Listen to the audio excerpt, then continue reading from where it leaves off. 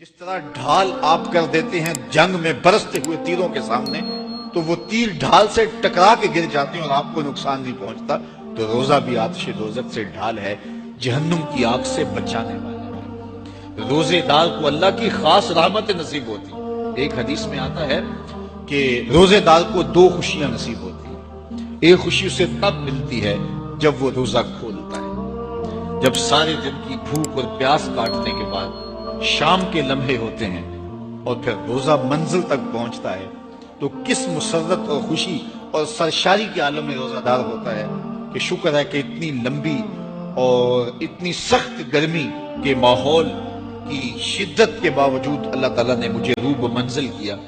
تو اس وقت ایک احساس اس کے ساتھ جڑا ہوتا ہے، اور پھر جب وہ ٹھنڈا اور میٹھا مشروب اپنے کام و دہن میں ٹپکاتا ہے اور وہ ٹھنڈا میٹھا مشروب اس کی رگوں کو تر کرتے ہوئے معدے کی طرف بڑھ رہا ہوتا ہے، اس کی زبان بولے نہ بولے دل اللہ کا شکر ادا کر رہا ہوتا ہے، اس کا ایک ایک عضو بدن رب کا شکرانہ ادا کر رہا ہوتا ہے۔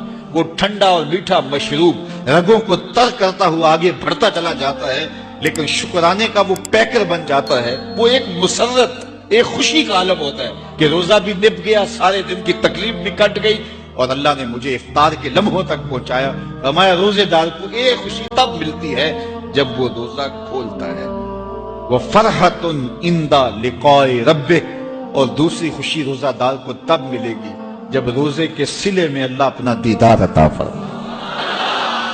بنی آدم کے جتنے بھی عمل ہیں 10 سے لے کر 700 گنا تک اس کا ثواب اولاد آدم کو اس کا دیا جاتا ہے۔ جتنا گڑ ڈالو اتنا ہی میٹھا، تو بعض کو 10 گنا، بعض کو 70 گنا، بعض کو 100 گنا، بعض کو 700 گنا، تو 10 سے لے کر 700 گنا تک بندے کے اعمال کا صلہ دیا جاتا ہے۔ لیکن میرے حضور نے فرمایا لیکن روزہ جو ہے اللہ فرماتا ہے وہ میرے لیے ہے، اس کا اجر میں خود عطا کروں۔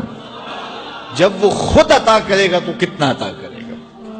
سخی اتنا بڑا ہو تو پھر کیا عطا کرے گا؟ بلکہ بعض نے اس کو عجزی ہی کی بجائے عجزہ پڑھا ہے، بصیغہ مجہول، کہ روزہ میرے لیے ہے اور اس کی جزا میں خود ہوں۔ باقی اعمال کی جزا جنت ہے، جنت کی نعمتیں ہیں اور بہت کچھ ہے، لیکن روزے کی جزا میں خود ہوں۔ اور جس کو وہ خود مل گیا پھر جنت میں مل گئی، جنت والا جو مل گیا پھر جنت میں مل گئی، جنت کی نعمتیں بھی مل گئی۔ تو روزہ اللہ کی خوشنودی کا ذریعہ ہے، اس کی رضا کا ذریعہ ہے۔ تو خوش نصیب لوگ روزے کی برکتیں حاصل کرتے ہیں۔ اور ایک روایت میں آتا ہے جب رمضان المبارک کا آغاز ہوتا ہے اللہ اہل ایمان کو، اپنے بندوں کو محبت کی نظر سے دیکھتا ہے، اور اللہ جس کو محبت کی نظر سے دیکھ لے پھر اسے کبھی عذاب نہیں دے گا۔ اللہ اکبر۔ تو یہ روزہ دار کے لیے اللہ کی کرم نوازیاں ہیں، اللہ کی رحمتوں کے اجالے ہیں جو اس کے اوپر برستے ہیں۔ تو میں اور آپ اس ماہ انور کو، اس ماہ نور کو اس طرح سے گزاریں کہ ہمارے اندر کے پاپ دھل جائیں، ہماری غلاظتیں گناہوں کی مٹ جائیں، ہمارا سینہ صاف ہو جائے، ہم اہل ایمان کے لیے کشادہ دل ہو جائیں، ہمیں جو ہے وہ جھوٹ سے، تکبر سے، بخل سے، ریا سے اور دیگر امور بد سے اجتناب کرنے کی عادت پڑ جائے۔ روزہ جو سکھانا چاہتا ہے ہم وہ اس سے سیکھ لیں، اور روزے کی برکات ضبط نفس کی صورت میں ہمیں نصیب ہو جائیں، تو ہم روزے کے بعد بھی، ماہ سیام کے گزرنے کے بعد بھی ایک نئی زندگی لے کر، ایک تازگی لے کر، ایک نور و روشنی لے کر کے جو ہے وہ معاشرے کے، اسلامی معاشرت کے ایک اہم فرد کی صورت کے اندر جو ہے وہ سامنے آئیں۔ تو اللہ اس ماہ سیام کی برکتیں ہمیں نصیب فرمائے۔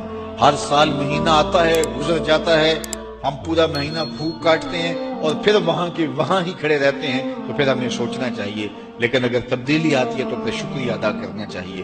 آج کی اس تاریخ میں ہم عزم کر کے اٹھیں کہ ہمارا یہ ماہ سیام ہماری زندگی میں